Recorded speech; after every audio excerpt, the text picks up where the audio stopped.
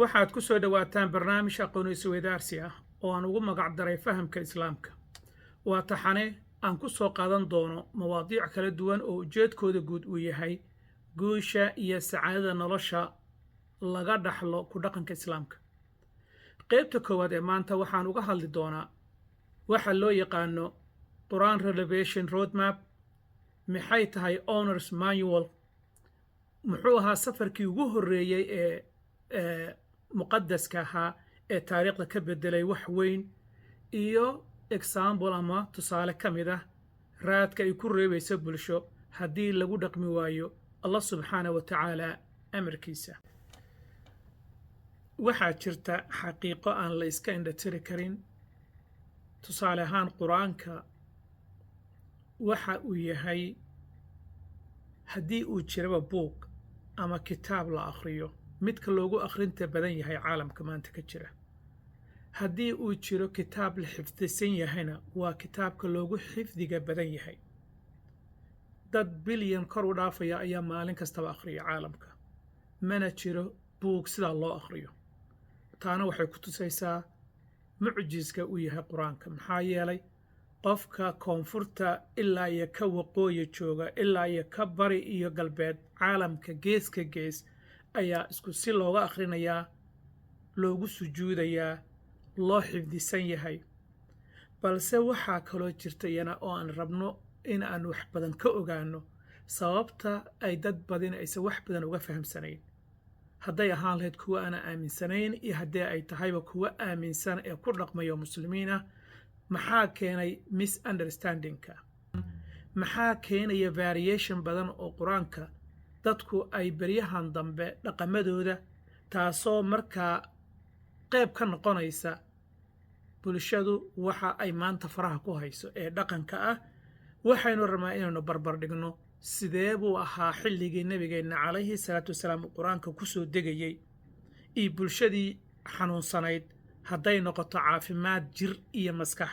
hadday noqoto mid dhaqaale iyo mid siyaasadeed iyo mid bulshaba. islaamka doorkii uu ka qaatay inuu hagaajiyo waxaasoo dhan cilalkii jiray ee societygaasi haystay, sidee buu uga saaray? maxayse tahay sababta maanta innagu aynu waxyaalihii jaahiliga laga saaray aynu maanta innagoo aaminsan kitaabkii qur-aanka aqrinayna, xifdisan, aynu haddana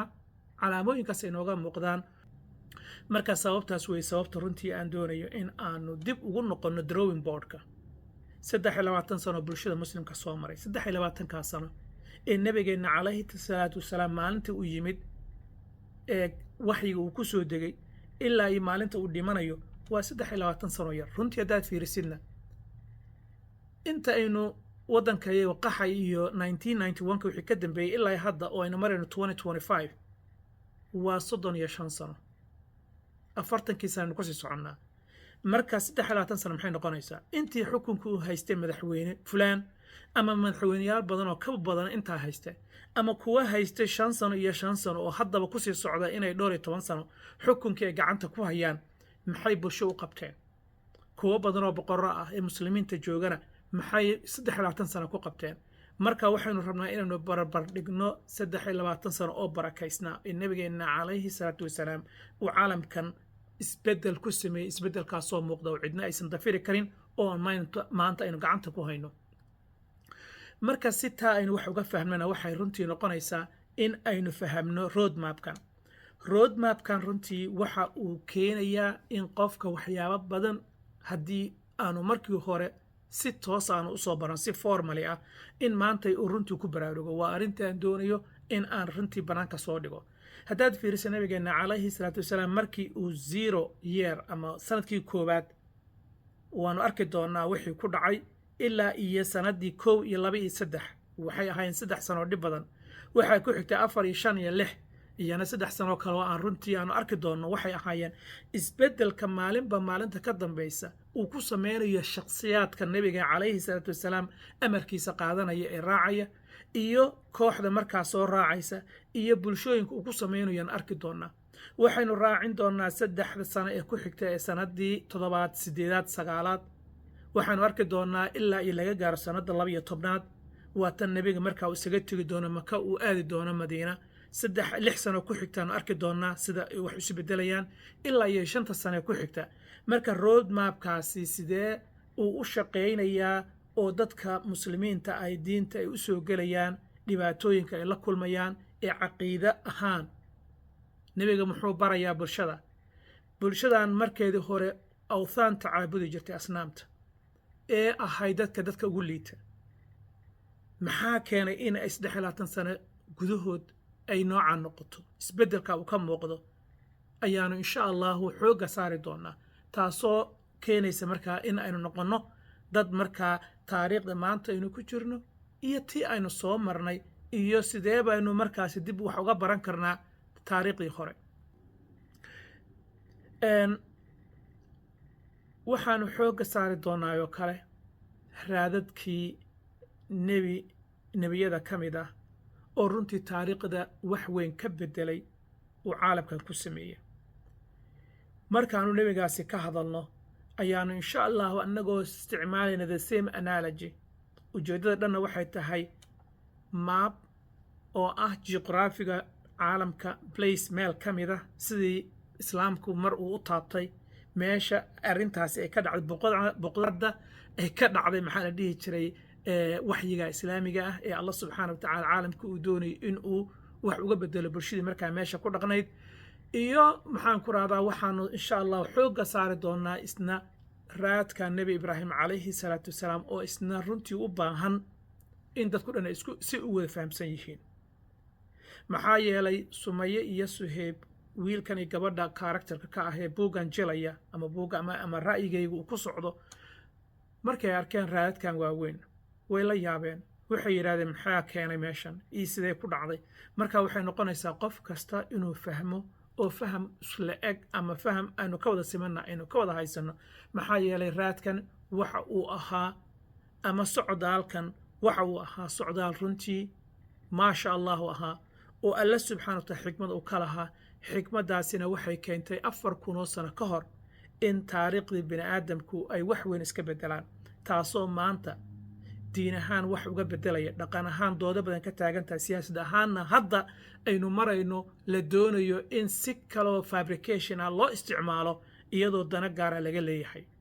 waanu jilcin doonaa arrintaasi arrinta waxaynu ku bilaabaynaa marka hore annagoo fiirinaya the big picture-ka sawirka guud ee aynu doonayno in aynu isla fahamnaa wuxuu yahay Allah subhanahu wa ta'ala markii caalamkan uu aadam iyo xawaa iyo ubadkoodii soo daadeg kadibna maxaan ku rahdaa nebi nuux wixii ku dhacay waanu la soconnaa kadibna maxaan ku rahdaa ambiyo kala imaanaysa oo ay ka mid yihiin reer caad iyo reer thamuud oo nebi saalax iyo maxaan ku rahdaa nebi huud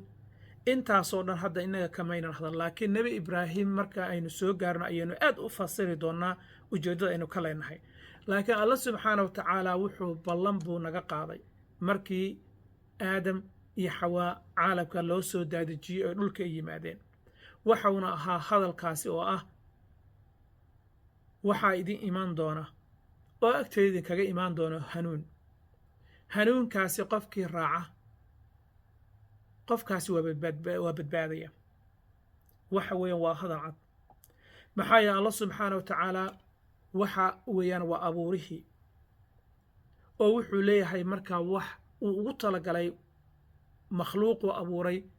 nidaam ay maraan manual ah marka manualkaasi ayaa waxa uu u soo dirayaa qof asaga ka wakiil ah oo messengerkaasa bulshada marka meesha ku dhaqan soo gaarsiinaya fariinta Allah subhanahu wa ta'ala waxaynu arki doonaa nebiyo waxaynu arki doonaa rusul marka rususha marka ay soo gaarsiiyaan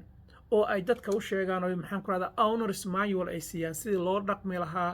loo noolaan lahaa maxaan ku radaa akhlaaqaha qaarkood maxaan ku radaa loo deyn lahaa kuwa kale loo sameyn lahaa waxaas dhan baynu arki doonaa Allah subhanahu wa ta'ala ballantaas uu nala galay qofkii raaca hanuunkaasina waa hagaagayaa oo waa badbaadayaa cabsina korkooda ma ahaan laakiin qofkii arrintaa qaadan waaye ee diida fariintii loo soo diray ee fariin sidaha ee nebi marka ama rasuulka uu keenay diida iyana waxaan arki doonaa raadkii ay ku dambeyn doonaan wuxuu kale Allah subhanahu wa ta'ala runtii inoo sheegay isagana dadka rasusha ah ee fariinta keenaya maxaa yeelay ma aha dad malaa'ig ah ma ahan waa dad bini aadan ah ee ku hadlaya luqadda markaa dadkaasi ku hadlaya si maxaa la dhihi jiray fariintu aysan marna aysan u noqon mid la fahmi waayo oo misinterpretation aysan u dhicin waa inuu yahay qofka qof ayagii oo kala luqadda ay ku hadlayaan ku hadlaya iyana markaa arrintaasina waa arrin markaa jirta ee loo baahanya in aynu wada fahamsannahay waxaa muhiim ah oo runtii aan isleeyahay dadku dhanna in ay fikirkan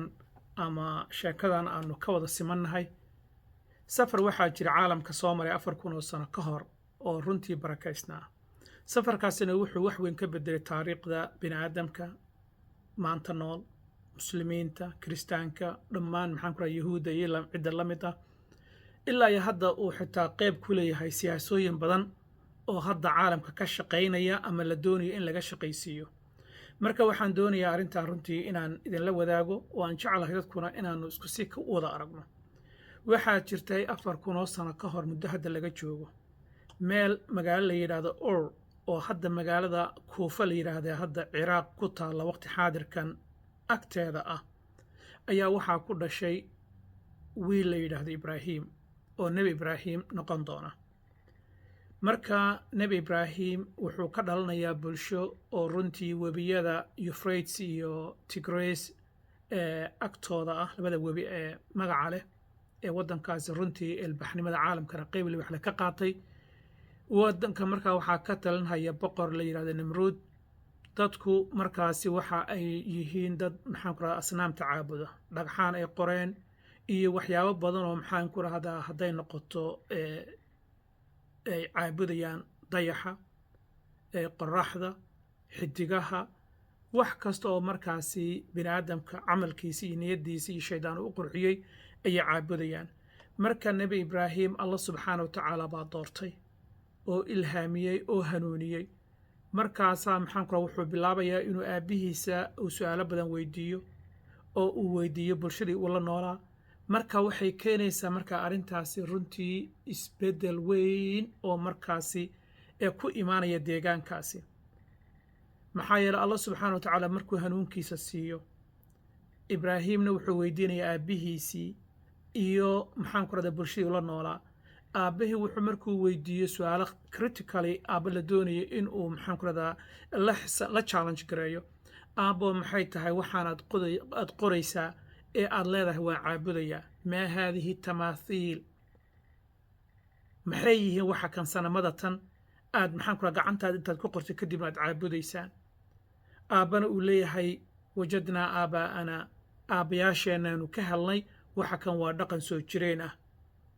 marka wiilkan uu leeyahay ma iska caabudaysaan xataa aabbayaashiina haddii ay qaldanaayeen oo waxa kan ay samaynayeen waxaan shaqaynayn waxaan adiga waxba ku tarayn waxaasi markuu weydiiyo oo su'aalo badan oo aabbihiisa aabba wuu dhibsanayaa wuu diidayaa wixii markaa qaraabada ahaa dhanna markaa sidaas uga hor imaanayaan taasi waa sheeko dheer oo u baahan oon kuu soo gaabinaya maxaa yeele allah subxaana wa tacaala baa doortay ibraahim kadibna haddee waxay noqonaysaa sheekadiisu in ay gaarto boqorkii namruud ahaa namruud baa markaa inta uu soo qabto uu leeyahay wuxuu rabaa inuu waxbaro u handadana oo uu leeyahay kaalay waxaad sheegaysaa maxay yihiin oo ibraahim inta uu yidhaahdo aniga rabbigayga waa midka nafta waxgeliya nooleeya kadibna wax dili kara ee maxaan ku rahdaa geeri iyo nololba haya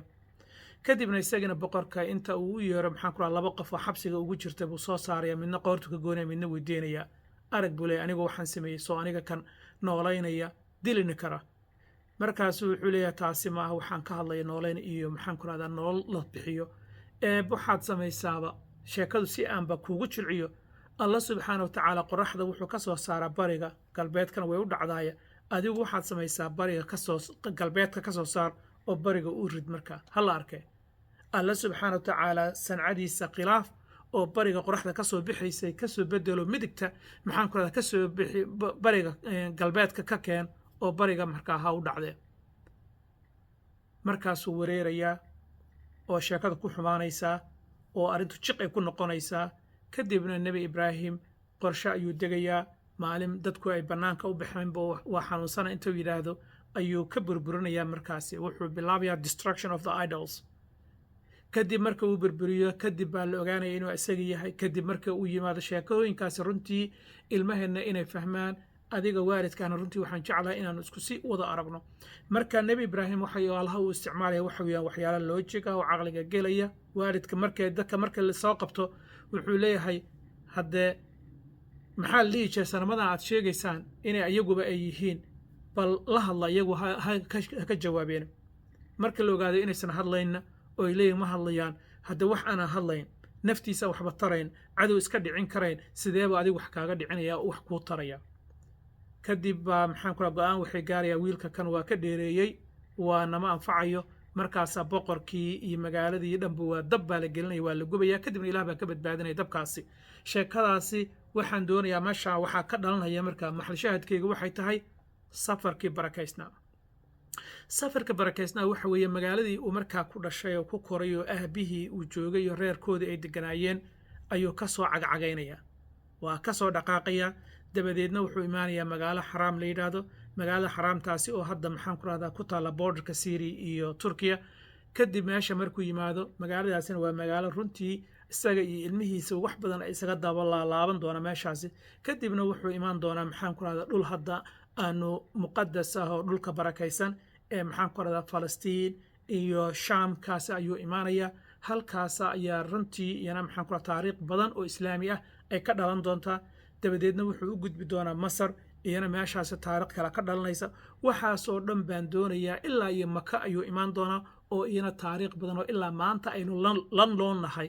oo aynu ka faa'iidno oo aynu isticmaalno ayaa insha Allah iyana markaasi ay waxaasoo dhan waxay ka dhalanayaan markaa safarkaasi that's why I'm calling it the first holy maxaan ku rahdaa journey safarkii maxaan ku rahdaa barakaysnaa ee ugu horreeyay marka safarkan waxaa runtii aan doonayaa nebi ibraahim meesha uu ka soo baxaya ur ahayd ee boqortooyadii baabiloonka ahayd kadib xaraam buu imaanayaa aleebo iyo soo maraya dhulka suuriya hebron oo alkhaliil magaalo loo yiraahdo ee falastiin ku taalla kadib wuxuu u dhacayaa maxaan ku rahdaa egypt markuu tago taariikhda waa ka hadli doonaa kadibna masar markuu ka soo tago oo uu maxaan ku rahdaa dabadeedna u yimaado dhulka xijaas ee makana insha allahu aad baan uga faalloon doonaa laakiin inta aanan taasi ku sii fogaan waxaan doonayaa oo kale waxyaalaha ka ritibmaya haddii alla subxaana wa tacaala oo abuurihii ah uu maanyuwalkii ama adeegii ama fariintii uu bulshada bini aadamka ugu talagalay inay ku noolaato oo u keeno haddii ay qaadan waayaan iidan ciqaabaa ka dhalanaysa tusaale ahaan nebi ibraahim markuu soo dhoofaye waxaa soo raaca wiil uu adeer u yahay oo luud la yidhahdo nebi luud iyo xaaskiisa way soo baxeen kadib marka ay marayeen markaa dhulkaas ee hadda aanu sheegnay ee barakaysan ayaa allah subxaana wa tacaala wuxuu go'aansaday oo allah subxaana wa tacaala amar ku bixiyey luud in loo diro qolo deegaan sodoman iyo gomora la yidhaahdo ayuu allah subxaana wa tacaala ka adeejinayaa inuu rasuul u noqdo fariin gaarsiiyo maxaa yeelay way qooqeen qooqoodii waa wuxuu keenay in waddooyinka laga mari waayo waxay noqotay inay kibraan waxay noqotay inay ragga ay maxaan ku rahaa isu galmoodaan waa dhaqan aan hore caalamka u soo marin marka allah subxaana wa tacaala luud buu ka adeejiyey oo rasuul uga dhigay fariintan u gaarsiiyey way diidi doonaan halkaasay ku nool yihiin dabadeedna waxa weeye raadkoodii baa go'aya markii nebi luud uu la hadlo qoladiisa oo yidhaahdo war faaxishada tan wax idinkagu horreeyey ma jirta waa sidee ka noqda oo ay yidhaahdaan war hooy adiga kan iskibrinhaya ee maxaan ku rahdaa ismoodaya inaadna dhaantid waxaadna dhaantaa ma jirto oo asna uu leeyahay innakum lata'tuuna rijaal waxaasoo dhan aayaadkaada arkaysid meeshaan bay ka dhacayaan waxay ku dambeeyeenna caaqibadooda saas ahayd hadda maxaan ku rahdaa lake of Lod waa dead sea waa dhul aan la gelin la marin aan lagu noolaan karin xitaa aysan ku noolaan karin maxaan ku rahdaa kalluun iyo badda xayawaanka badda aysan ku noolaan karin ee cusbadeedu zaa'id ka tahay ee taariikhyahanada iyo dadka dhulka baara archaeologiga ay ka helayaan waxyaalo runtii magaalo rogmatay ee dhulka ka hooseysa ayaa laga helayaa marka waa waxaa dhacay marka tani waxay tusaale u tahay aan doonayay maanta inaan ku soo qatimo haddii allah subxaana wa tacaala loo hoggaansami waayo awaamiirtiisa fariintiisa buuggiisa ee manualka ahee nala soo gaarsiinaya sida kitaabka qur-aanka uu yahay manual iyana rususha waxay wadeen fariin hadday noqoto suxuf ibraahim iyo hadday noqoto maxaanku rasuul kaloo ka dambaysoon arki doono laakiinse nebi luud waxa uu waday dadkiisa dhaqan wanaajin alla ka cabsi allaha inuu baro laakiin dadkii maxay go'aansadeen waxay keeneen iyana markaasi in ay dembi furan wax kastoo la samaynayo kibir aan looba dulqaadan karnay la yimaadeen waxaa kaloo laga fahmayaa nebiyada fariintooda waa lagu badbaadayaa in loo hoggaansamo fariinta nebiyadu waa lagu badbaadayaa ciqaabka allena inuu dhab yahay waxaa markhaati u ah deedsiibaa markhaati u ah dhaqankaasina hadda aynu nool nahay waa isagiioo tiyu ka awood badan maxaa la dhihi jira ka faaxishada ka ballaaran tahay ayuu jiraa bulshadeennana aad buu u taabanayaa haddaan laska indhatirayn hadday noqoto dadkeennaan qurbaha jooga ee waddanka ka baxsan iyo kuwa waddanka joogaba mashaariic fara badan baa ka socota markaasi waxay noqonaysaa marka in dadka yagu maxaa inoo dana sidee baynu ku badbaadi karnaa su-aalo badanna way yaalaan dhallinyaradu way hadlayaan dhallinyaro badan baa maxaan ku rahdaa diinta aad sida adiga aabbaha ah aad u soo baratay ila leeyahay marka odaygii ciise ee maxaan ku rahdaa toorada caloosha isaga jaray markii uu maqlay laba qof baa waxaa samaysay maanta ma joogno waxaynu nool nahay 2025 waxaana loo baahan yahay marka waalid diyaarsan ilmahooda la hadli karaya la haysan kara maxaan ku rahdaa conversation ama exchange maxaan ku rahdaa ilmuhu sida ay u fikirayaan loola fikiro dabadeedna loo saxo maxaa yeelay waalidnimadu ma aha keliya waa ku dhalaya isoo raac waa ku dhalaya anaa ku dhalay sidaan doonayaad samaynaysaa haddaad iga leexatid waa ku tuuraya waa disoon you keliya ma aha waa ku dilaya keliya ma aha waxa weeyaan waxyaalo badan oo dhaqan aqoon lagu maxaan ku lasaga raaridi karo ayaa jira marka xaqa la raaco ayaa badbaadi ku jirta iyana waa laga faa'iidaya sheekada tan dadkeenna iyo carruurteenna aan barno anshaxa iyo xishoodkana waanu ka faa'iidaynaa marka waxyaalahaas iyo waxyaalo kaloo badan ayaan insha allahu qaybtan hore ee maanta aanu ku soo gebagabaynaynaa haddii aad u